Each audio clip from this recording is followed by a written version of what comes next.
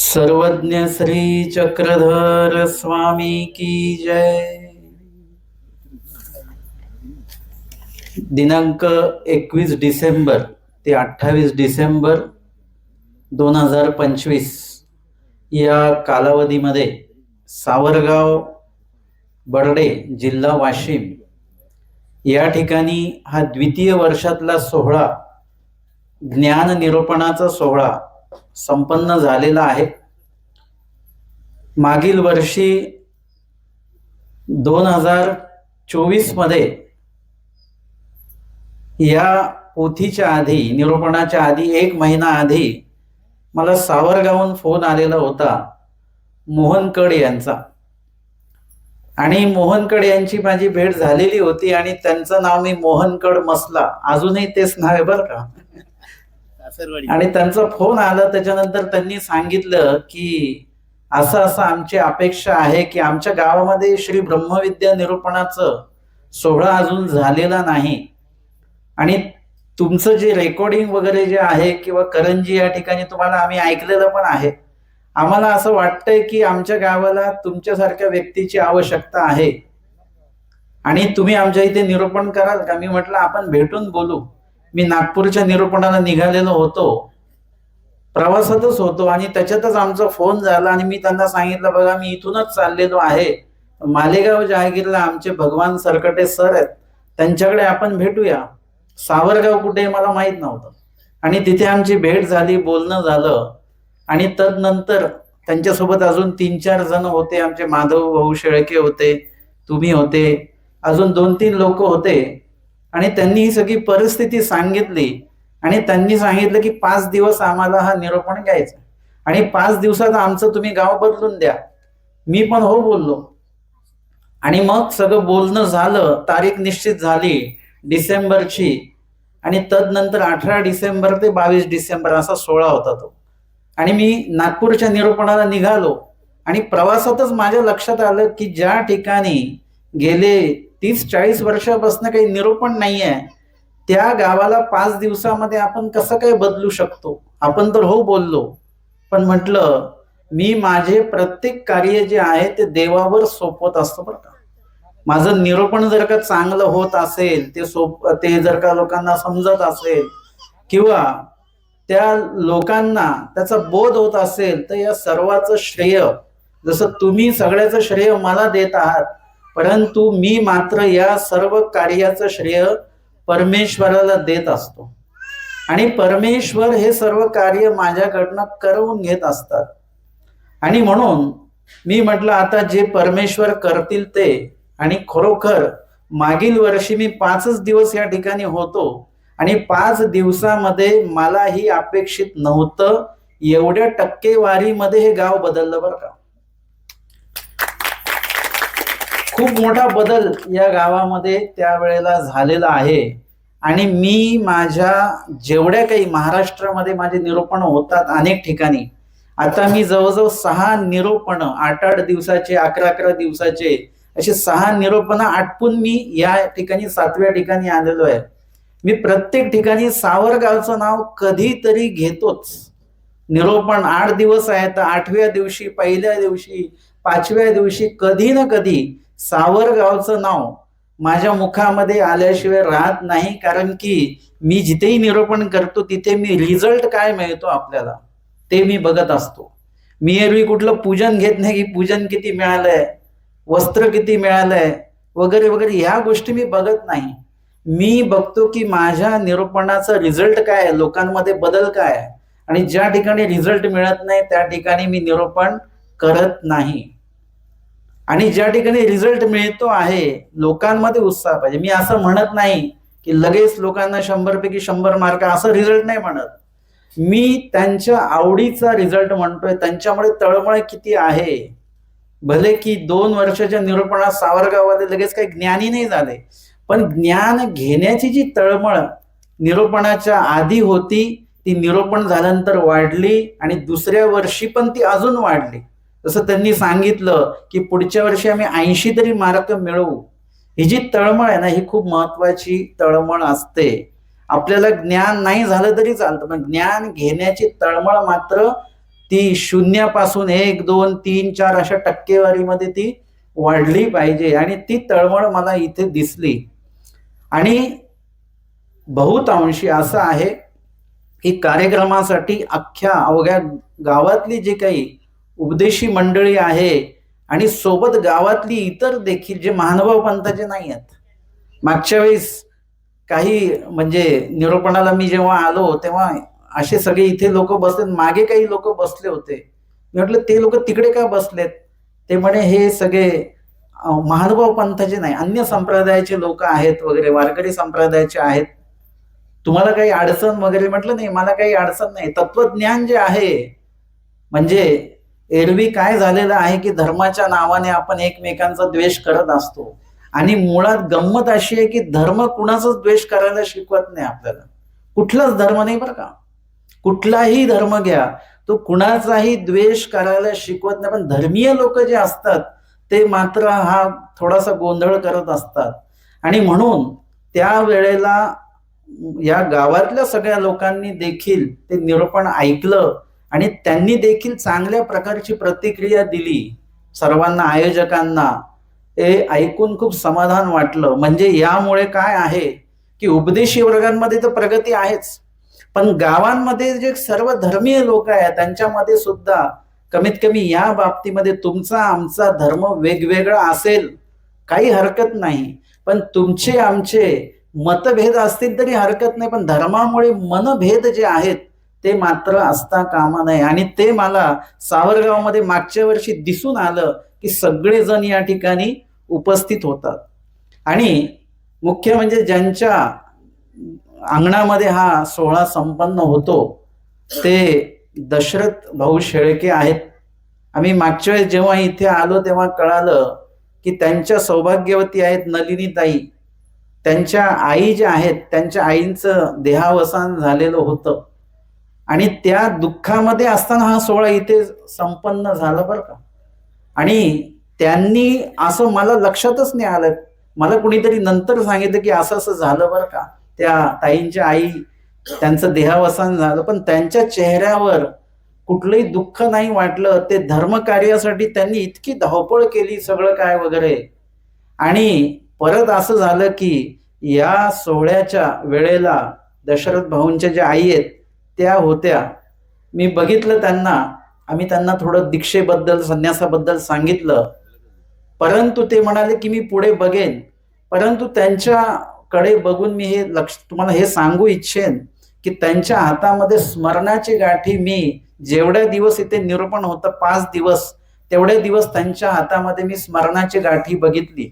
नामस्मरण त्यांचं चालू होतं आणि त्यांच्या देखत हा सोहळा इथे संपन्न झाला वगैरे. आणि काही दिवसा पहिले त्यांचंही देहावसान झालं, आणि आता परत हा परिवार जो आहे तो दुःखामध्ये आहे.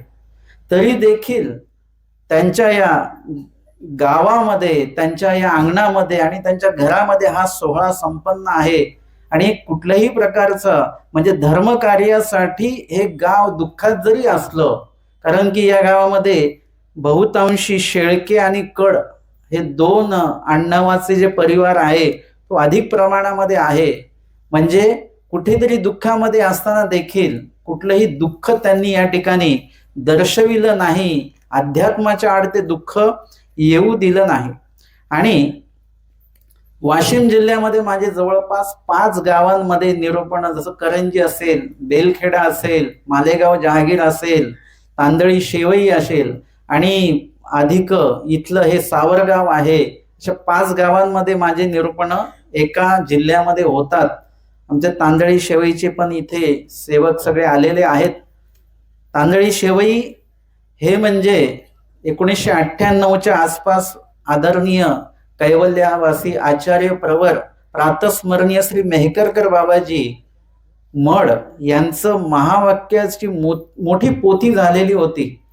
आणि त्या काळामध्ये महानुभावाच्या पंथाच्या त्या नकाशामध्ये ते जे गाव आहे वाशिम जिल्ह्यामधलं, ते गावाचं एक नाव होतं.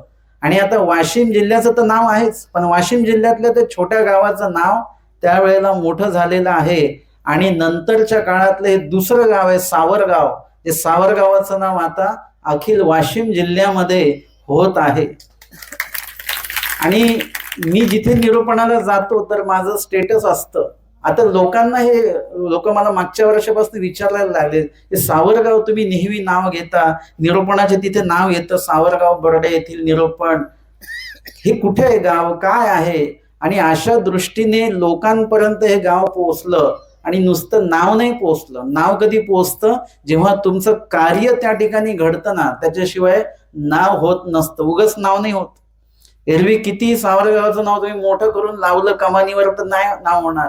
तुम्हाला काहीतरी चांगलं कार्य करून दाखवावं लागेल. आणि ते देखील अध्यात्माशी संबंधित जे कार्य तुम्ही करत आहात त्याच्यामुळे या गावाचं नाव या ठिकाणी झालेलं आहे. अखिल पंथामध्ये आपण या सत्रामध्ये दृष्टांत आणि स्मृतीस्थळ या विषयावर निरूपण केलेलं आहे. दृष्टांत आणि स्मृतीस्थळ. स्मृतीस्थळ म्हणजे स्वामींनी जे काही निरूपण केलं, श्री चक्रधर स्वामींनी जे तत्वज्ञान निरूपण केलं, विजयभाऊ कड यांनी आपल्याला हे लक्षात आणून दिलं बरं का.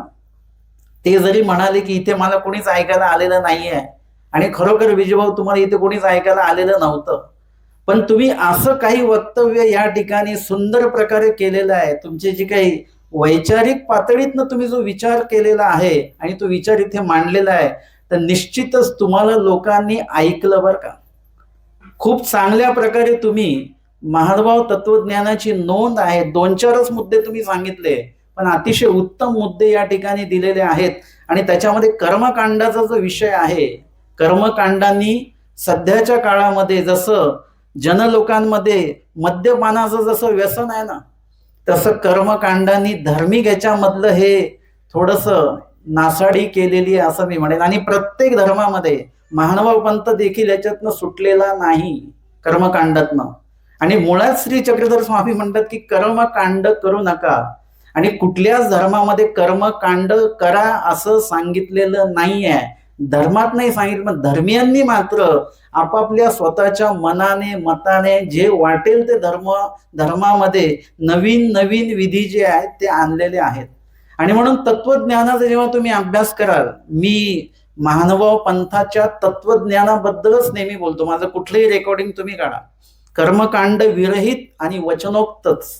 मी जेव्हा मोठ्या मोठ्या साहित्यकांना भेटतो, आता मी नागपूरमध्ये प्राध्यापक डॉक्टर कोमल ठाकरे म्हणून त्यांना मी भेटलो, आणि त्यांच्याबद्दल मी ऐकलेलं होतं, पण त्यांना कधी मी भेटलो नव्हतं. त्यांच्या घरी मी निघालो, मला माहित नाही की मी त्यांच्या घरी चाललोय.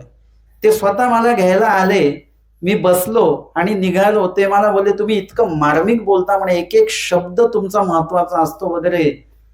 आता माझी स्तुती करत असतात लोक, मी ऐकतो, परंतु त्यांनी जेव्हा सांगितलं मी अमका अमका आहे, तेव्हा मी म्हणजे त्यांची स्तुती मुळामध्ये म्हणजे मी नेहमी सांगतो, रविबाबांनी सांगितलं की मी सांगत असतो की माझी स्तुती करायची नाही, तुम्हाला लाभ काय झाला तेवढा सांगा. तर ती जी स्तुती आहे, साहित्यिक दृष्टीतनं जी स्तुती केलेली असते, ती केवळ स्तुती नसते. आपलं कार्य सदोष आहे का निर्दोष आहे त्याची पोच पावती त्या ठिकाणी असते. आणि म्हणून स्तुती करणारे भरपूर असतात, पण मी हे बघतो की हे स्तुती का करत आहेत, कशासाठी. त्या स्तुतीतनं काय की नुसतं सागरला चांगलं बोलतात नाही, चांगलं काय बोलतात, त्याचा तुम्हाला काय लाभ झालेला आहे, तुमच्यात काही बदल झालेला आहे का, तर ती स्तुती माझ्यासाठी महत्वाची असते. अन्यथा ती स्तुती माझ्या काही कामाची नाही. आणि म्हणून त्यांनी जी माझ्याबद्दल जे बोललं त्याचं ते अभ्यास पूर्ण मी त्यांना विचारलं, काय काय मुद्दे माझे आवडले तुम्हाला. मग त्यांनी एक एक मुद्दे असे सांगितले. आणि मग जेव्हा तुम्ही अशा लोकांना भेटाल ना, तुम्ही ह्या कर्मकांड विरहित आणि तत्वज्ञानाचा केवळ अभ्यास करणारे प्राध्यापक, डॉक्टर, त्याच्यानंतर त्याच्यावर पीएचडी करणारे, महानुभाव पंथाच्या तत्वज्ञानावर पीएचडी करणाऱ्या लोकांना तुम्ही भेटाल, तेव्हा तुम्हाला कळेल की 2 महानुभाव पंथ दिसतील तुम्हाला. एक कर्मकांडवाला महानुभाव पंथ आणि एक तत्वज्ञानावर आधारित, तत्वज्ञानावर चालणारा महानुभाव पंथ. असे 2 पंथ लगेच तुम्हाला दिसतील. आता आपण कर्मकांडवाल्या महानुभाव पंथात आहोत म्हणून आपल्याला हे सगळं चांगलं वाटतं. दिवे लावणे, फुलं वाहणे भरपूर, काय काय काय काय वेगवेगळे विधी येत राहतात, आपण करत राहतो. आणि मूळ महानुभाव पंथाचं जे तत्वज्ञान आहे, ग्रंथ आहेत, किती ग्रंथ आहेत म्हणे महानुभाव पंथाचे? महिला वर्ग किती? 6,500 ग्रंथ आहेत. माहिती आहेत का आपल्याला? आपल्याला फक्त पारायणाचे ग्रंथ माहिती आहेत, त्यांची नावं माहिती आहेत. आता मार्गशीर्ष महिन्यात आम्ही दत्तात्रय प्रभू बाळक्रीडा वाचली, आम्ही हे वाचलं ते वाचलं. अहो, दत्तात्रय प्रभूंचं चरित्र वाचून काढा. चक्रधर स्वामी दत्तात्रय प्रभूंबद्दल काय सांगतात ते वाचा. तत्वज्ञान श्री चक्रधर स्वामींनी काय सांगितलं ते वाचा. म्हणजे त्यानंतर तुम्हाला कळेल की मूळ महानुभाव पंथ नेमका आहे काय. आमच्या नशिबामध्ये असं झालेलं आहे की आम्हाला सगळीकडेच भेसळ मिळते, खाण्यापिण्यामध्ये सगळीकडेच भेसळ भेसळ असं झालेलं आहे. त्या दिवशी असं झालं की एका ठिकाणी निरोपणाला होतं. मी कसं पाण्याचं थोडस माझं जपतो, एकाच ठिकाणचं पाणी मी पितो जेवढ्या दिवस मी त्या ठिकाणी आहो. पण त्या दिवशी काय झालं की ती पॅकिंगवाली बॉटल आली. मी म्हटलं चला पॅकिंगवाली बॉटल आहे म्हणजे हे पाणी प्यायला काही हरकत नाही. आणि ते पाणी पिलं. दुसऱ्या दिवशी माझा गळा खराब झाला. म्हटलं भेसळवालं पाणी आलं बरं का, कर्मकांडवालं पाणी, मिश्रता आली त्याच्यामध्ये. काय होतं तर अशा पद्धतीने आपल्याला खूप चांगला मुद्दा सरांनी या ठिकाणी सांगितलेला आहे. आणि या निरोपणाच्या माध्यमातनं अजून एक गोष्ट अशी झालेली आहे की कालच्या सत्रामध्ये आपण इथे कीर्तन घेतलं आणि कीर्तनामध्ये आमच्या साध्वी ताई त्या ठिकाणी आलेल्या होत्या. अतिशय उत्तम त्यांनी कीर्तन केलं. मी त्यांना विचारलं की किती वर्षापासून तुम्ही करत आहात, कारण की त्यांचं जी काय बोलण्याची शैली वगैरे, तर त्यांनी सांगितलं 2 वर्षापासून. त्या दृष्टीने त्या माध्यमातून पहिलं चांगल्या प्रकारचं प्रबोधन त्यांनी या ठिकाणी काल केलेला आहे. म्हणजे एक नवीन उपक्रम कीर्तनाचा आणि या ठिकाणी काल संपन्न झाला. आणि सोबतच अजून महत्वाचं म्हणजे आमच्या वानाडोंगरी नागपूर या ठिकाणी आम्ही जे निरूपण घेतो, महिला वर्गच आहे भरपूरसा. आणि त्याच्यामध्ये आमच्या एक प्राध्यापिका ताई आहेत, प्रतीक्षाताई लोणकर, उज्ज्वलाताई लोणकर. आणि त्या ठिकाणी त्यांना मी सांगितलं की तुम्ही यांचं पाठांतर घेत जा, यांच्या परीक्षा घेत जा. आणि त्या दृष्टीने जेवढं काही निरूपण होतं 8 दिवस 10 दिवस, त्यावर ते प्रश्न उत्तर काढतात आणि त्यावर ते परीक्षा घेतात वगैरे.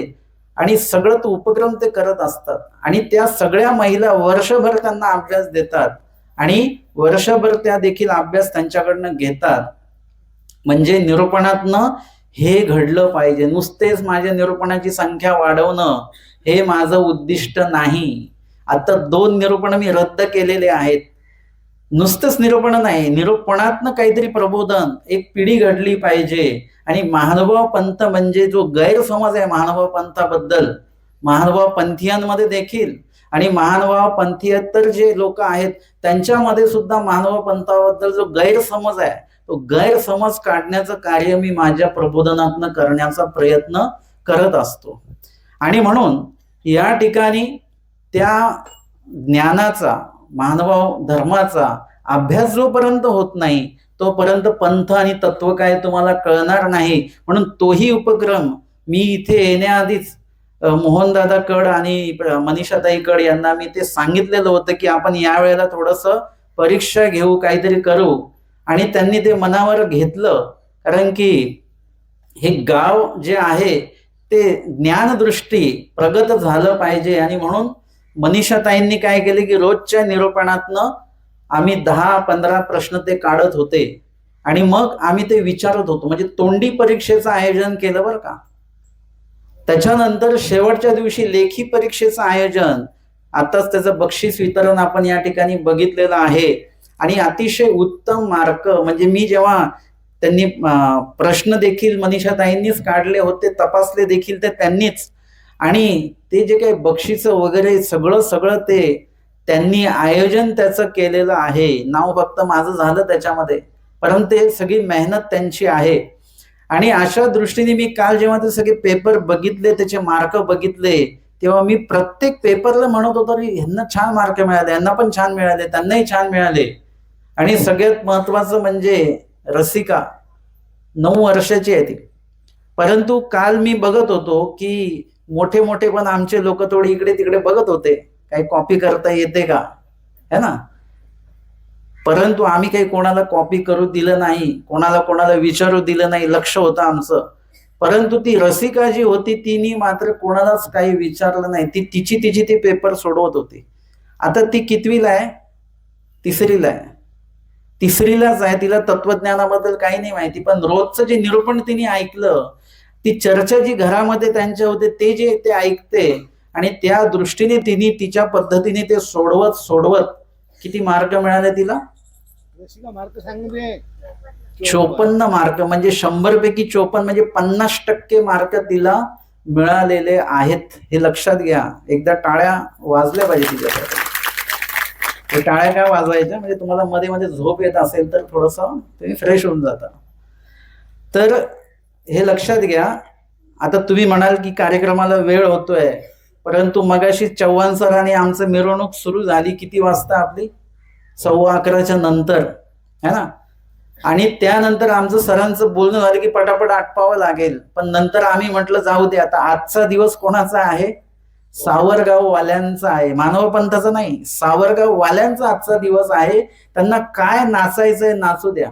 काल ताईंनी सांगितलं लग्नामध्ये वगैरे नाचायचा योग येतोच, पण अध्यात्माचं जे काही देवाची पालखी आहे, त्या देवाच्या पालखी समोर आपल्याला आपलं मन मोकळं करता यावं, देह मोकळं करता यावं, यासाठी हा आनंद उत्सव जो आहे तो होत होता. म्हणून सर आम्ही दोघंही गप्प राहिलो की नाही होऊ दे, आज जे काही सगळ्यांना गावातले सगळे देखील त्या ठिकाणी उपस्थित झालेले होते, आणि म्हणून सोहळ्याला उशीर झाला. कोणामुळे झाला? सरांनी सांगितलं वक्त्यांमुळे नाही झाला, श्रोत्यांमुळे उशीर झालेला आहे. आणि म्हणून आता हा सोहळा म्हणजे तुमचा सगळ्यांचा नाश्ता झाला का? इथे नाश्ता झाला का? नाश्ता झाला का जेवण झालं? खरं सांगा बरं. जेवण झालं. पिठलं चपाती का नाश्त्याचा पदार्थ आहे का? पिठलं चपाती होतं नाश्त्याला. आयोजकांनी तोच विचार केला की नाही उशीर होईल तर पोहे वगैरे संपून जातील पोटातले, बरं का. म्हणून पिठलं चपातीचा नाश्ता. हा पहिला सोहळा असा असेल की इथे 2 वेळा भोजन प्रसाद आहे, बरं का. म्हणजे दोन्ही वेळा, सकाळी पण जेवलो आपण आणि आता परत भोजन आहे आपल्याकडे. म्हणून संध्याकाळपर्यंत हा कार्यक्रम चालणार आहे. मी अजून 2 तास बोलणार आहे, बरं का. अशा पद्धतीने या ठिकाणी लेखी परीक्षा, तोंडी परीक्षा याचं देखील आयोजन केलं गेलं. आणि मी हे सांगू इच्छेन की आजच्या या पालखी सोहळ्यामध्ये तरुणांचा सहभाग आम्हाला चांगला मिळालेला आहे. तरुण सुद्धा या ठिकाणी चांगल्या प्रकारे तिथे आम्हाला कार्यरत दिसलेले आहेत. फक्त मी आता सावरगावकरांना हे सांगेन की जसं जसं आपण प्रत्येक नवीन नवीन काहीतरी करतोय, तर पुढच्या वेळेस सावरगावचे पुरुष उपदेशी किती आहेत त्यांची एक यादी असली पाहिजे. महिला उपदेशी किती आहेत त्यांची एक यादी असली पाहिजे. त्याच्यानंतर तरुण उपदेशी किती आहेत त्यांची एक यादी असली पाहिजे. आणि हे सर्वजण उपदेशी मंडळी, हे सर्वजण या ठिकाणी सभा मंडपामध्ये पोथीला उपस्थित असणं अनिवार्य आहे, गरजेचं आहे ना. मतदानाला आम्हाला काही काही लोक भेटतात मुंबईकडे, ते म्हणा आम्हाला गावाला जायचं. कशाला गावाला? म्हणजे मतदान आहे आमच्या गावाला. म्हणजे मतदानासाठी, लग्नासाठी आहे ना, आपण लांबून दुरून प्रवास करून तिथे पोहोचत असतो. आणि आपल्याच गावामध्ये जर का निरूपण आहेत आणि आपल्याच गावातले मानवपंथी साधकच उपस्थित होत नाही आणि वारकरी संप्रदायाचे लोक मात्र इथे निरूपण ऐकायला येत आहेत, काय म्हणायचं. आणि म्हणून आपले सुद्धा सगळे लोक इथे उपस्थित असले पाहिजेत. हे एक अनिवार्य तुम्ही पुढच्या वेळेस प्रति घरामध्ये निरोप देताना हे त्यांना सांगितलंच पाहिजे. आणि त्या दृष्टीने आपल्याला हे संघटन आहे, तरुणांचं संघटन, महिलांचं संघटन. आम्ही हे उल्हासनगरला आमचं संकल्प आध्यात्मिक संस्था, त्या अंतर्गत आम्ही संकल्प आध्यात्मिक महिला संघटन, तरुण संघटन हे आम्ही करत असतो. महिलांचे ड्रेस कोड आम्ही ते करत असतो. इथे वाशिम जिल्ह्याचा एक ड्रेस कोड आहे, पण सावरगावकर महिलांचा आणि पुरुषांचा एक स्वतंत्र ड्रेस कोड असला पाहिजे. जेव्हा वाशिम जिल्ह्याचा कार्यक्रम असेल तर वाशिम जिल्ह्याचा ड्रेस कोड तुम्ही उपयोगात आणायचा. आणि आपल्या सावरगावचा जेव्हा सोहळा असेल तेव्हा सावरगावचा ड्रेस कोड आहे तो आपण इथे उपयोगामध्ये आणायचा. अशा पद्धतीने आपलं हे संघटन समोर दिसलं पाहिजे. आणि आम्ही आता कुरुंद्याला जे निरूपण झालं त्या कुरुंदाच्या निरूपणात आम्ही काय केलं की कुरुंद्यामध्ये जवळजवळ एकाच गावामध्ये 4 मठ आहेत. माझं निरूपण जिथे होतं तो एक मठ आहे, अजून फुलारी मठ आहे, श्री गोविंद प्रभू मठ आहे, इंगोली विभागातला तो एक मठ आहे आणि आचार्य प्रवर कैवल्यवासी श्री दुतोंडे बाबाजी यांचा आश्रम आहे. आम्ही काय केलंय की एका रविवारी असं ठरवलं की त्या दिवशी पदयात्रा काढायची आणि पदयात्रा काढून आम्ही काय केलं, जिथे निरूपण होतं तिथे देवपूजा, नंतर दुसऱ्या मठात देवपूजा, नंतर तिसऱ्या मठात देवपूजा आणि त्याची समाप्ती आम्ही दुतोंडे बाबांच्या आश्रमामध्ये केली. अशा प्रकारे त्या पदयात्रेमध्ये त्या दिवशी जवळजवळ 100 लोक उपस्थित होते आणि त्याच्यामधनं काय झालं की एकी आमची त्याच्यामध्ये दिसून आलेली आहे. आपल्या वाशिम जिल्ह्यामध्ये पण पदयात्रेचं आयोजन होतं, पण आपण पुढच्या वर्षी सावरगाव मधनं पदयात्रा कुठेतरी आपण घेऊन जाऊ. हा अजून एक उपक्रम याच्यामध्ये आपण सुरू करू शकतो. आणि जे काही आपण परीक्षा घेतो किंवा काही असतं, तर मी यावेळेला म्हणजे माधव शेळके भाऊ म्हणत होते की बाबा येतील तेव्हा असं करू, आपण मिरवणूक काढू वगैरे, मोठा करू. म्हटलं बाबांना गाडीत बसवल्याने कार्यक्रम मोठा होणार नाही. आपल्या वाशिम जिल्ह्यातले जेवढे काही साधक मंडळी आहेत, जे भाविक मंडळी आहेत, त्यांना सगळ्यांना इथे तुम्ही सोहळ्याला बोलवा आणि जेवढे लोक जास्त येतील तेवढा आपला सोहळा जो आहे तो मोठा होणार आहे. तर म्हणून इथे जे उपक्रम चालतात, परीक्षा असेल, लेखी परीक्षा वगैरे, यामध्ये वाशिमकरांनी देखील पूर्ण वाशिम जिल्ह्यातल्या लोकांनी सहभाग घेतला पाहिजे आणि जे जे उपक्रम होतील त्याच्यामध्ये वाशिम जिल्ह्याचाही पूर्ण गावातल्या लोकांचा सहभाग असला पाहिजे. आणि आजच्या या सत्रामध्ये निश्चितच सर्वांनी चांगला जो काही आहे प्रतिसाद दिलेला आहे आणि उत्तमरित्या हा सोहळा संपन्न झाला. या सोहळ्यामध्ये मला मोठे मोठे लोक तर सगळे भेटलेच वयाने, परंतु आमची जी छोटी कंपनी होती, रसिका होती, त्याच्यानंतर सुरवी होती, आहे का सुरवी? सुरवी आहे, जयदीप आहे आणि ती संचिता आहे. संचिता कुठे? हे 4 जण रोज भेटत होते आणि हे माझे पाय बी दाबायचे बरं का, बाबांचे पाय दुखतात म्हणून. संचिताला ती म्हणते आज तुमचे पाय दुखत नाही का? म्हटलं दुखतायत पाय, माझा गळा पण दुखतोय. ती म्हणे गळा कसा दाबायचा म्हणे. म्हटलं गळा कोणाचाच दाबायचा नसतं. म्हटलं बरं. म्हणजे इतके ते जे आहेत मुलं, मी पहिल्या दिवशी पण सांगितलं, त्या लहान लहान मुलांनी ह्या गाद्या टाकल्या वगैरे वगैरे, म्हणजे उद्याचा आमचा महानुभाव पंथ. आणि त्याही पलीकडे मी जाऊन असं म्हणेन की आमच्या या सावरगाव मधला जो अध्यात्म धर्म आहे ती चालवणारी ही सगळी पिढी आहे. आणि ही पिढी जर का तुम्हाला चांगली व्हावी असं वाटत असेल, धार्मिक व्हावी असं वाटत असेल, तर त्या घरातल्या प्रत्येक मोठ्या व्यक्तींनी धार्मिक झालं पाहिजे. उदास राहता का नाही धर्माच्या बाबतीमध्ये. तुम्ही ज्या धर्माचे असाल तो धर्म तुमच्या घरामध्ये दिसला पाहिजे त्या लहान मुलांना. आमच्या सरांनी मगाशी उदाहरण सांगितलं की ते जर का घरामध्ये असून खोटं बोलत असेल की मी बाहेर आहे आणि त्यांचा नातू ते ऐकतो, तर त्यांचा नातू बघतो की आजोबाकडनंही शिकण्यासारखं आहे बरं का खोटं बोलणं. मग सरांनाही काळजी घ्यावी लागते की नातवांसमोर खोटं बोलायचं नाही. मग कुणासमोर बोलायचं? इतर लोकांसमोर बोलता येईल का? नाही बोलता येणार. मग एकांतात बोलता येईल का? नाही. इकडे नातू बघतो, बाहेर लोक बघतात आणि एकांतात बोललं तर कोण बघतं? परमेश्वर बघतात. खोटं बोलताच येत नाही कुठे. म्हणजे अशा पद्धतीने तुम्हाला तुमचा अध्यात्मच पुढे चालू ठेवता येत असतो. आणि म्हणून मोठ्यांनी हे लक्षात घ्या. तुम्हाला पुन्हा पुन्हा सांगितले जाते, कीर्तन वारकरी संप्रदायाचे पण होतात, मानव पंथाचे पण होतात, प्रबोधन सर्व धर्मांचे होतात, मानव पंथाचे पण होतात. हे तुम्हाला का सांगतात पुन्हा पुन्हा?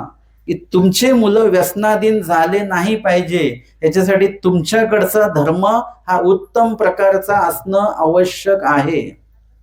आणि म्हणून तुम्ही अध्यात्म तुमच्यासाठी नाही तर तुमच्या मुलांसाठी म्हणून घरामध्ये अध्यात्म तुम्ही आणा आणि तो करा. तुम्ही स्वतः व्यसना व्यतिरिक्त राहा आणि तुमच्या मुलांना सुद्धा व्यसनरहित ठेवा. आणि तरुण वर्गाने देखील ज्यांचे काय प्रश्न असतील, देव आहे की नाही आहे वगैरे वगैरे भरपूर प्रश्न असतात, तो विषय बाजूला ठेवा. कमीत कमी तरुणांचं एक संघटन असलं पाहिजे, पंथीय तरुणांचं, गावातल्या तरुणांचं, की चांगलं कार्य करण्यासाठी तरुणांनी पुढे येणं आवश्यक आहे. देव आहे की नाही आहे हा प्रश्न खूप पुढचा आहे, त्याच्या भानगडीत आपण पडायचं नाही. पण चांगलं कार्य करण्यासाठी मात्र तरुणांनी पुढाकार घेतला पाहिजे. आणि मी जिथे पण निरूपण करतो, आमच्या उल्हासनगरच्या मंदिरामध्ये देखील तरुणांसाठी आम्ही, लहान मुलांसाठीची एक सभा असते, महिलांसाठीची एक सभा असते, आणि जिथे कुठे निरूपणाचा समारोप असतो, मी सांगत असतो की कुठल्याही मोठ्या महंतांना तिथे बोलवू नका.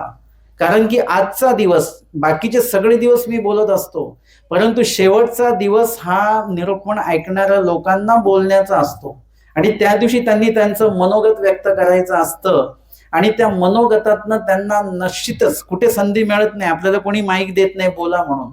पण हे माझं जे काही सांगणं असतं, जे आयोजन असतं, त्याच्यामध्ये सामान्य जे लोक आहेत, जे सर्वसाधारण लोक आहेत, त्यांनी देखील माईक हातात घेऊन त्यांनी बोललं पाहिजे. नुसतंच ऐकण्याच्या भूमिकेमध्ये राहायचं नाही, बोलण्याच्या भूमिकेमध्ये पण असलं पाहिजे. ते महिला वर्ग म्हणतात आम्हाला बोलता येत नाही, आम्हाला बोलायची सवय नाही. मुळात महिलांसारखं तर कोणी बोलत नाही है ना.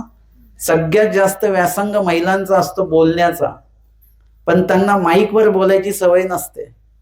आणि त्यांना माईकवर पण बोलायची सवय असते बरं का, पण ते फोनच्या माईकवर खूप बोलतात, बाकी ह्या माईकवर ते जास्त बोलत नसतात. परंतु आज आपण तोही बदल बघितला, आणि पुढच्या वर्षी आज जवळपास किती लोक बोलले माहितीये का? 20 लोक बोलले, 20. आणि 21वा मी आहे, आणि 21 तारखेला आपला कार्यक्रम सुरू झालेला होता. अशा पद्धतीने हा सोहळा अतिशय उत्तम प्रकारे संपन्न झाला, आणि उशीरही भरपूर झालेला आहे निश्चितच. परंतु मी एक सांगेन की आपण अशाच प्रकारे धर्मकार्य करत राहा. आणि या सोहळ्यासाठी जे काही इथे संत महंत उपस्थित झालेले आहेत, तपस्विनी उपस्थित झालेले आहेत, वासनिक बंधू भगिनी, बालगोपाल सर्वजण उपस्थित झालेले आहेत, त्या सर्वांना मी या ठिकाणी धन्यवाद व्यक्त करेन.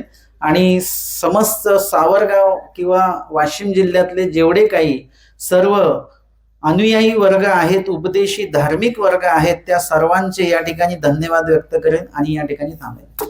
सर्वज्ञ श्री चक्रधर स्वामी की जय.